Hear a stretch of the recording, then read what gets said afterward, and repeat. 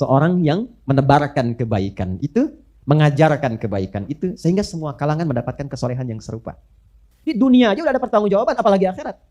Karena itu kalau ada orang-orang nakal, sesama kehidupan dunia saja, supaya nggak tanggung jawab, pasti cari-cari jalan yang tidak benar. Bapaknya korupsi, anaknya yang kena teror. Apa salah anak? Iku limo perkarane kaping pisan maca Quran lan maknane.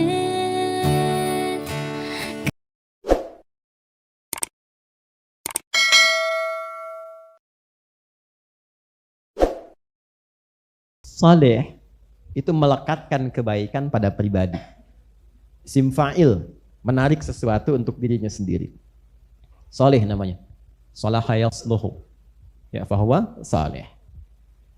Salat bagus, sendirian tahajud, sendirian baca Quran, sendirian infak, berdoa sendiri, masak sendiri, makan sendiri, nyuci sendiri, sholat sendiri, nggak ngajak.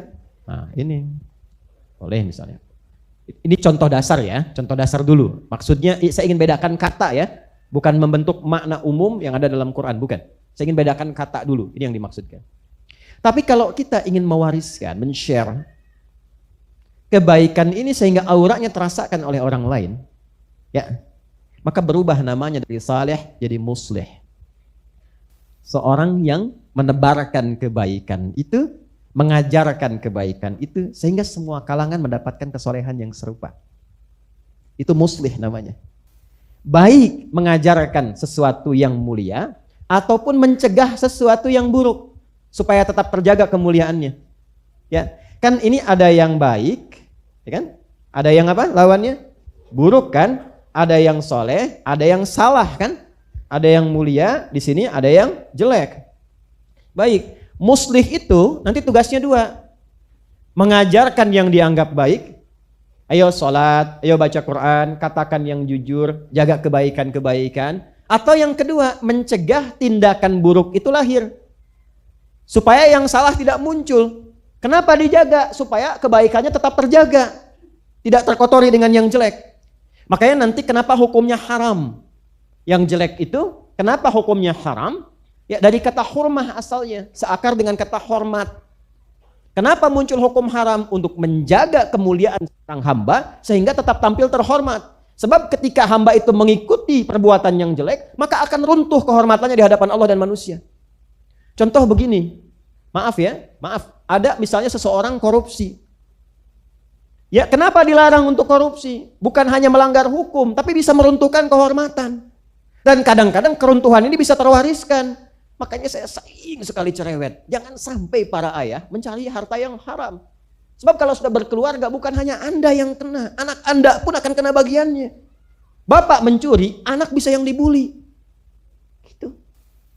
Bapaknya korupsi, anaknya yang kena teror. Apa salah anaknya? Terbawa, terwariskan. Karena itu muncul hukum haram dari kata hurmah untuk menjaga kehormatan. Jangan mencela, sebab ketika mencela turun kehormatan Anda.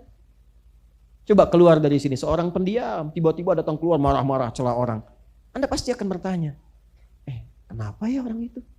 Gak nyangka ya, padahal nyangka tuh. Kan? Orang yang bilang gak nyangka itu sedang nyangka sebenarnya. Kan? Gak nyangka ya, nyangka tuh. Paham ya? Nah, ini gambarannya. Muslih. Jadi muslih itu sudah memperbaiki. Nah, Nabi itu ketika diangkat menjadi rasul, naik statusnya dari saleh jadi muslih.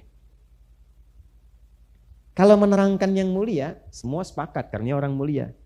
Tapi mencegah yang tidak mulia, ini yang kemudian mendapatkan tantangan-tantangan yang tidak mudah. Ada penolakan. Ya kan? Bukan hanya penolakan. Ada pertanyaan-pertanyaan yang kasar.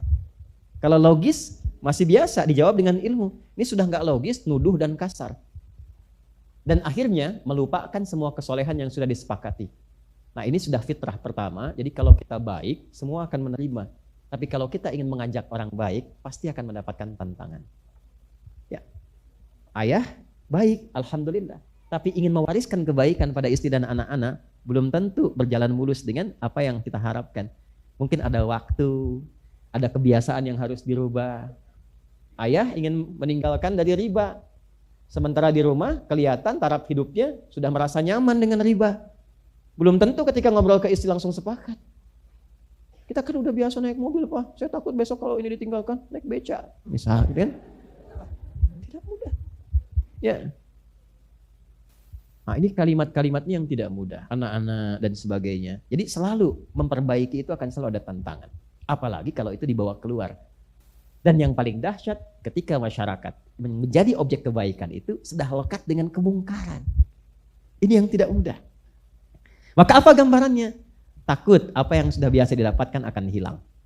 Harta, pengaruh, kedudukan, dan sebagainya. Maka datanglah kemudian Nabi dengan berita-berita langsung dari Allah. Hei, kalau kamu pertahankan itu, kamu kan akan pulang menuju Allah yang kamu kenal itu.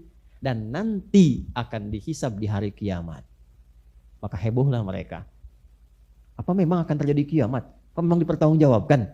Apa memang yang semua kita kerjakan akan dihisab? Apa memang kita lakukan akan dibalas dan sebagainya? Maka dari semua akumulasi itu, karena dasarnya hanya ingin menolak dan ingin tetap tampil dalam kehidupan yang semula dirasakan itu, mulailah muncul tuduhan-tuduhan yang tidak benar kepada Nabi, sekaligus menyoal ayat-ayat yang turun dari Nabi.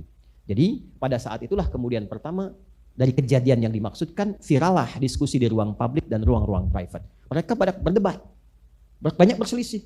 Masa sih kita tolak Muhammad, dia kan selama ini benar. Iya, selama ini benar, cuman yang sekarang nggak benar katanya kan. Nah, itu yang Abu Jahal dan kawan-kawannya itu. Ya, yang lainnya ada yang meyakini, ada yang setengah-setengah ragu, ada yang menyoal, ada yang takut kehilangan kedudukan, ada yang takut kalau dipertanggungjawabkan maka dia nolak hari kiamat. Karena ada sebagian karakter manusia yang kalau bekerja sesuatu itu nggak mau bertanggung jawab. Dan biasanya pekerjaan itu salah. Karena itu orang-orang musyrik pada masa itu menolak hari kiamat bukan karena mengingkarinya, karena takut dipertanggungjawabkan semua perbuatannya. Padahal standar perbuatan dunia itu ya dipertanggungjawabkan. Bapak Ibu yang kerja di perusahaan kan bikin laporan kan? Laporannya apa? Pertanggungjawaban. Anda yang belajar di kampus kan ada buku catatan kan? Ada IPK, anak-anak ada rapotnya.